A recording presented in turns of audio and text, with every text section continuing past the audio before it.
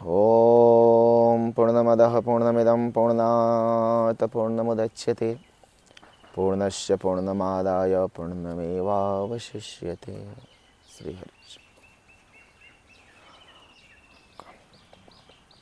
बहुत से भक्तों का यह प्रश्न है कि चैत नवरात्रि आ रही है और चैत नवरात्रि में हम कैसे शक्ति की उपासना करें, हम कैसे माँ की उपासना करें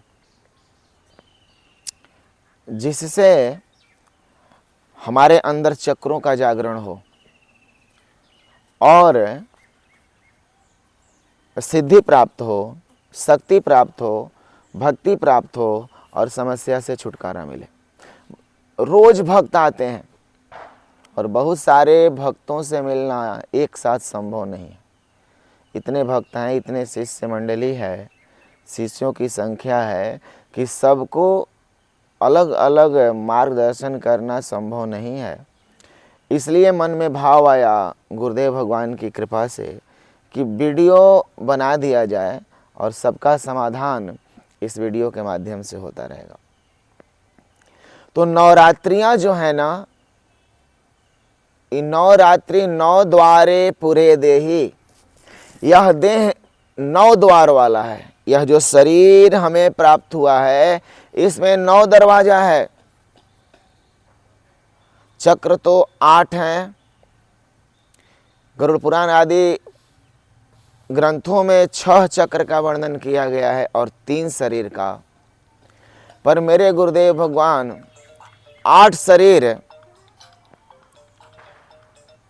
का शिक्षा हम लोगों को दिए हैं।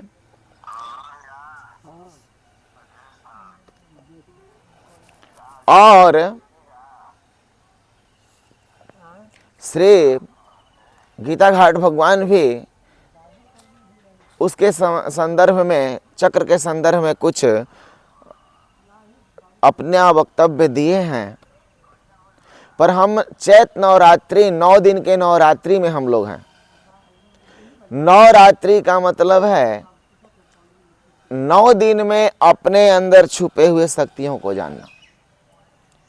ग्रंथों में बहुत से ऐसे मंत्र हैं ना जिनका एक एक बार उच्चारण करने से एक एक बार चक्र में स्पंदन होता है। चक्र एक एक बार धीरे धीरे कंपन करता है चक्र, और प्रभु और गुरु की कृपा हो जाए, हरि गुरु की ना, तो वो खुल भी जाता है मंत्र के द्वारा भी। और चक्र खुलने से असीम और अपार शक्तियां प्राप्त होती हैं। चक्र के बारे में हम आप लोगों को दूसरे वीडियो में बताएंगे, पर आज उस मंत्र का ज्ञान प्राप्त करें और उस साधना का, जिस साधना से हम चक्रों को खोल सकते हैं, चक्रों में स्पंदन पैदा कर सकते हैं, अंदर शक्ति प्राप्त कर सकते हैं। घर में गरीबी का वास हो, रोज कलह होता हो, खूब पैसे कमाते हैं, पैसा बचता नहीं, पितृदोष परेशान कर रहा हो, कोई बीमारी ऐसी लग गई हो जो समाप्त नहीं हो रही हो, शत्रु परेशान कर रहे हो, बच्चों का ग्रह हो, बच्चे तैयारी कर रहे हैं पर सफलता नहीं मिल रही है, सफलता के करीब नज़दीक जा करके फिसल जा रहे हैं, तो इन सारे समस्याओं का समाधान आज आप श्रवण करें। पूरा का पूरा सत्संग श्रवण करेंगे ना तो आपको समझ में आएगा कि वह क्या है। और यह इतना शक्तिशाली मंत्र है हमारे सनातन धर्म में, हमारे ग्रंथों में, हमारे संतों के पास, आचार्यों के पास, वैष्णवों के पास, पर हमें पता नहीं। तो नवमी के प्रथम दिन स्नान करके और संकल्प करके एक कलश की स्थापना करें, एक कलश की स्थापना करें और उस कलश पर भगवती के जिस स्वरूप में प्रेम हो, जगदम्बा के, दुर्गा स्वरूप हो, शैलपुत्री, ब्रह्मचारिणी, स्कंद माता, कुष्मांडा, स्कंद माता, भैरवी, दुर्गा माँ, पार्वती माता, गायत्री माता, महाकाली, महागौरी, सिद्धिदात्री, जिस स्वरूप में प्रेम होना, उस स्वरूप को कलश के पीछे एक चौकी पर रख दे। और माला हो तो माला, और नहीं तो बिना माला के। आज मैं एक मंत्र बता रहा हूँ देवी भागवत में वर्णन है इस मंत्र का, जिसका नाम है माया बीज। समस्त माया का खंडन कर देगा, समस्त माया से उत्पन्न समस्त बीमारियों, क्योंकि माया से ही दुख उत्पन्न होता है और वो स्वयं माया है। माया बीज का प्रयोग करके बड़े बड़े ऋषियों ने शक्ति पाई है और अपने दुखों का नाश करके इस लोक और परलोक में भी सुख प्राप्त किया है। वहां बैठ जाएं आसन लगा करके और अपने गुरुदेव भगवान को जरूर प्रणाम करें और ज्ञान मुद्रा ऐसे सिद्धासन में, सुखासन में, पद्मासन में, वज्रासन, जिस आसन में आपका शरीर बैठ सके उसमें बैठें और ज्ञान मुद्रा का प्रयोग करें और मेरुदंड सीधा रहे। और क्या बोले? ह्रीं भुवनेश्वर्यै नमः, ह्रीं भुवनेश्वर्यै नमः, ह्रीं भुवनेश्वर्यै नमः, ह्रीं भुवनेश्वर्यै नमः। ह्रीं बीज मंत्र है, ये समस्त सिद्धियों का भंडार है। और भुवन ईश्वर्य, भुवन की ईश्वरी है। नमः, इस मंत्र का रोज 3 माला जप करें और 3 माला न हो तो 30 मिनट जप करें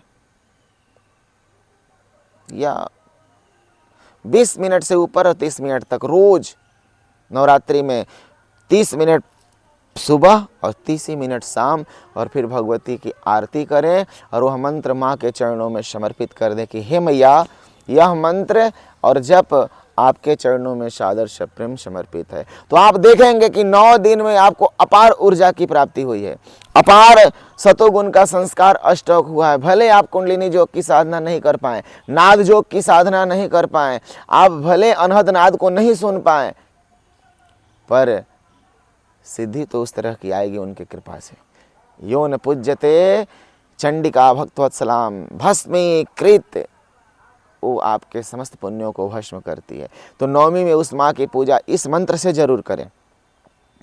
और चरण पर पुष्प चढ़ाना है तो ह्रीं भुवनेश्वर्यै नमः बोल करके, धूप दिखाना है ओम भुवन ईश्वर्यै नमः बोल करके, जल भी अर्पित करना है तो ओम भुवनेश्वर्यै नमः, फल समर्पित करना है तो ओम भुवनेश्वर्यै नमः। और 3 बेल के पत्ते पर, एक बेल पत्ता में 3 पत्ते होते हैं, उन तीनों पर ह्रीं भुवन ईश्वर्यै नमः या ह्रीं ह्रीं भी लिख करके माँ के चरणों पर वो समर्पित करते हैं। 9 बिल्वपत्र इस मंत्र को लिख करके, तो सारी मनोकामनाएं पूर्ण हो जाएंगी। बीमारी नहीं छोड़ता हो वो भी, और कोई बहुत बड़ा प्रारब्ध अगर नहीं भी हो तो आप इस मंत्र को बोल करके हाथ देखिए और 33 बार इस मंत्र को बोलिए, ह्रीं भुवनेश्वर्यै नमः बोलकर शरीर में जहाँ जहाँ बीमारी हाथ घुमा लीजिए, जहाँ दर्द है वहाँ घुमा लीजिए, तो आपको तत्काल 80% आराम मिलेगा। प्रगट है, अनुभवी है। इस दास ने गुरुदेव भगवान की कृपा से अनुभव करके कहा है, आप करके देखिए, निश्चित आप भगवती की कृपा प्राप्त करेंगे। यह महामंत्र है और अगले वीडियो में इसका और प्रयोग सीखेंगे कि हम धन प्राप्ति के लिए, पुत्र प्राप्ति के लिए और अन्य सफलताओं का अलग अलग प्रयोग इसका कैसे है।